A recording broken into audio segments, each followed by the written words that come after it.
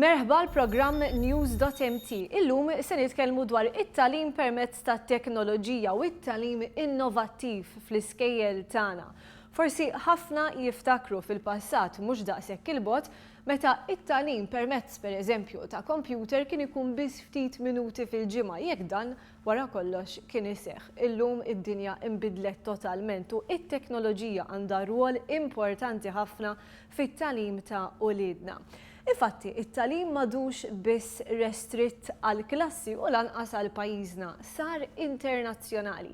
Eżempju ta' dan hija l-Hour of Code. X'inhi din l-Hour of Code? News.mt stħarreġ appuntu dwar dan.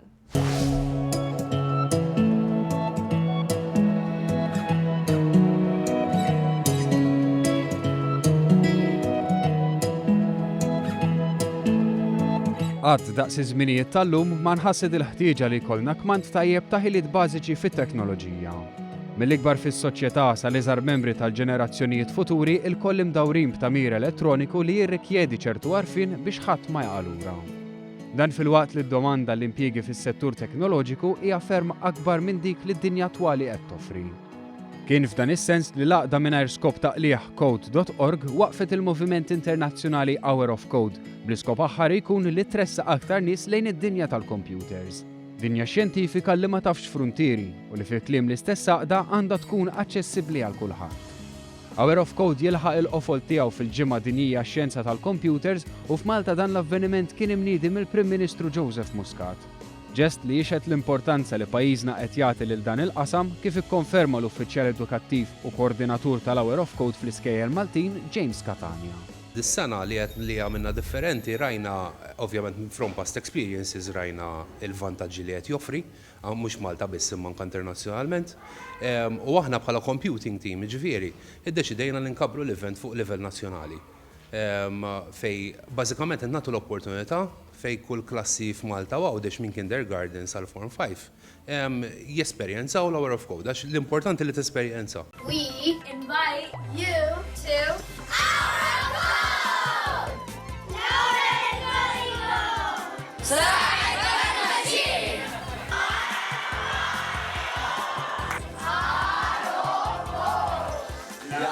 B'madwar 200 miljun tifel u tifla mistennija jipparteċipaw f'Hour of Code 2015, dan l-avveniment illum kiber fl-ikbar attività edukattiva internazzjonali. Iżda hekk kif qed nitkellmu dwarha huma ftit dawk li jifhmu eżatt x'inhi din l-Hour of Code. James Catania jispjega aktar f'dan ir-rigward. Mhux qed nitkellmu, ma rridux naħsbu f'sens ta' programming, ta' computer programming fejn inti naraw fil-films intfajt fuq computer bdejt tikkodja text biss u battela lek error u qed tipprova tirranġa. Dan huwa magħmul, dan l-exercise l-Hour of Code ġifieri huwa magħmul apposta biex jintroduċik b'mod faċli permezz tal-logħob isu games, puzzles, fuq l-istess kunċetti però tal-affarijiet li nagħmlu fil-programming normali. Ġifieri il-kunċetti hemm din, il-core concepts huma l-istess eżatt, but it's an introduction. Forsi bħalissa ħafna qed jistaqsu x'inhu lan ta' dan l-eżerċizzju u kif jorbot mal-iżvilupp akademiku u soċjali tal-istudenti. Fi kliem James Catania primarjament l-iskop huwa wieħed ġenerali u importanti, propju il-ħila li solvi l-problemi. Iżda l-kontribut tal-eżerċizzju annwali jsir aktar speċifiku, hekk kif l-istudenti jimxu minn sena l-oħra. Meta nitkellmu upper primary, ġifieri qed nitkellmu year 4, year 5, year 6. Lan huwa li ntuhom daqsxejn toma ta' computer coding biex nibdew inħajruhom lejn id-dinja tat-teknoloġija. Meta titkellem middle school, Form 1 u Form 2, ġifieri, lan huwa li jtihom toma sew ġifieri ta' computer programming biex ovvjament ikollhom meta jiġu biex jażlu s-suġġetti tagħhom bħala options, ikollhom iktar idea ċara ta' x'qed jażlu. Form 3, Form 4, Form 5 li huma upper secondary aħna nsejħulhom the upper secondary years. Qed insaħħulhom il-ħiliet bażiċi li għandhom bżonn biex ikunu ċittadini diġitali tajbin.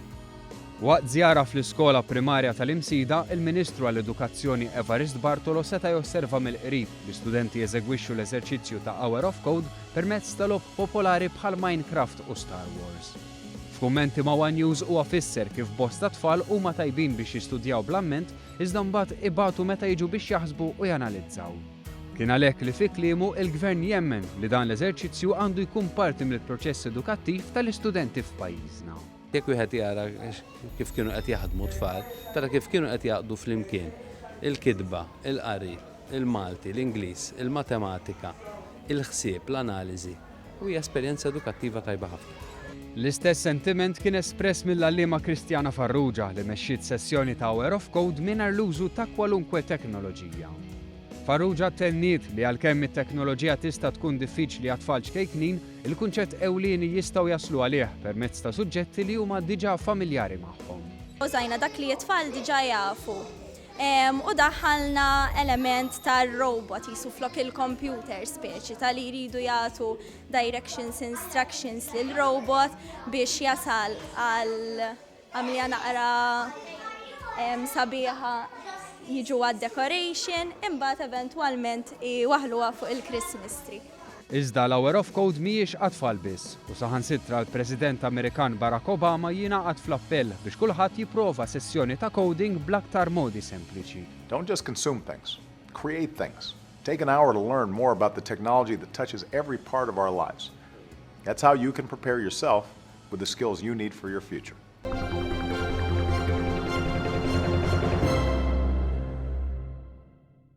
Fil-waqt li fl-ewwel servizz tagħna llejla tajna ħarsa lejn il-mod li bih qed jedukaw ruhom tfal Maltin, fit-tieni servizz tagħna ser nagħtu ħarsa lejn tfal illi ma tmissomx l-istess xorti.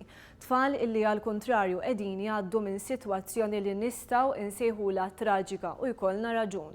Dan għaliex qegħdin nitkellmu dwar tfal ta' immigranti u l-immigrazzjoni hija t-tieni suġġett waqt il-programm News.mt illum.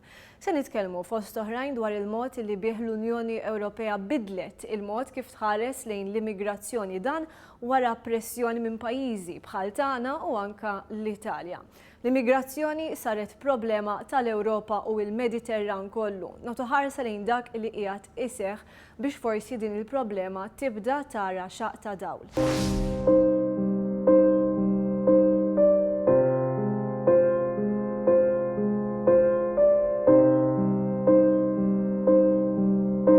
Is-sena 2015 rad bidla fil-mod kif l-Unjoni Ewropea tħares lejn l-isfida tal-migrazzjoni.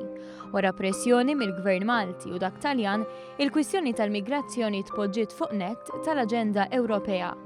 Għaddew ftit iktar minn 6 xhur minn mindu f'Mejju ta' din is-sena, il-Kummissjoni Ewropea introduċiet numru ta' miżuri li jtaffu l-isfida tar-refuġjati madwar l-Ewropa.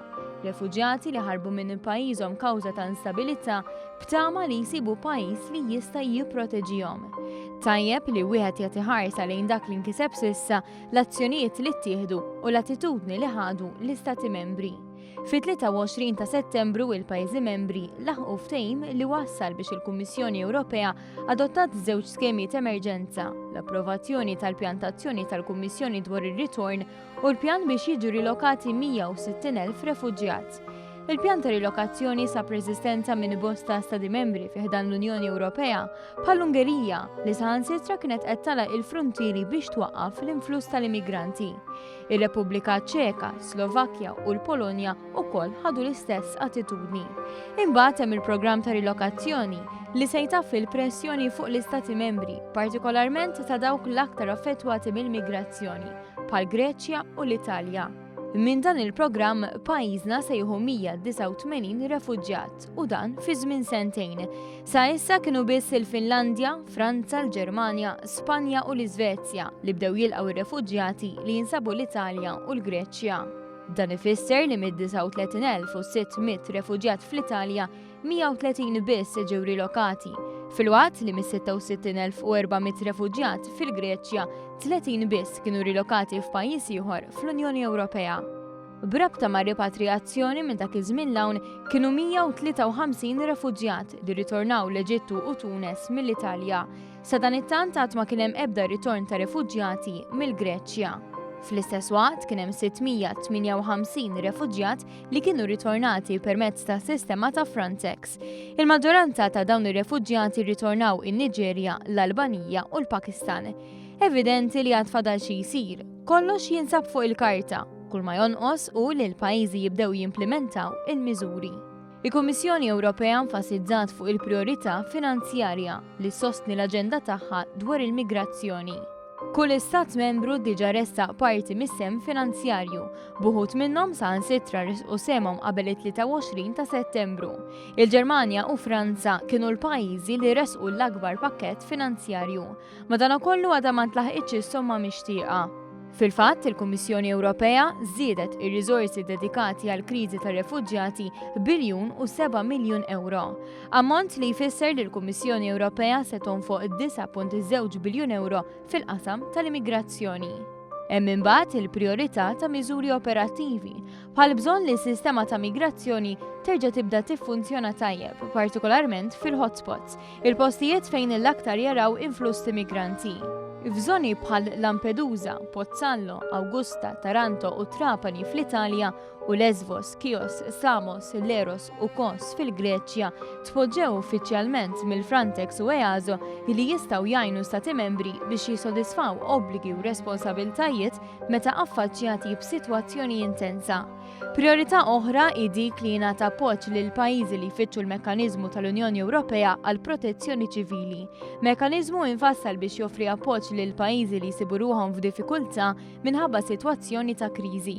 Palissa is-Serbja, Slovakkja u l-Kroazja qed jitolbu l-appoġġ ta' dan il-mekkaniżmu li jipprovdi assistenza bħal timijiet u tamir ken u provvisti mediċi u oġġetti oħra mhux tal-ikel. Sa issa ftit kienu l-pajjiżi li kommettew ruhom għal dan il-mekkaniżmu. Dan minkejja li l-Kummissjoni Ewropea żiedet l-ammont ta' kofinanzjament li se tipprovdi għat-trasport ta' oġġetti ta' għajnuna u esperti matul il-kriżi preżenti tar-refuġjati. Madankollu is-Serbja, Slovenja u l-Kroazja għadhom qed isibuha diffiċli biex jindirizzaw bl-aħjar mod din l-isfida. Dan kollu biss l-ewwel xaq ta' dawl li juri li l-Ewropa fetħet għajnejha u realizzat li l-migrazzjoni hija sfida li għandha tkun indirizzata b'mod konġunt, b'mod li l-ebda pajjiż ma jitħalla waħdu.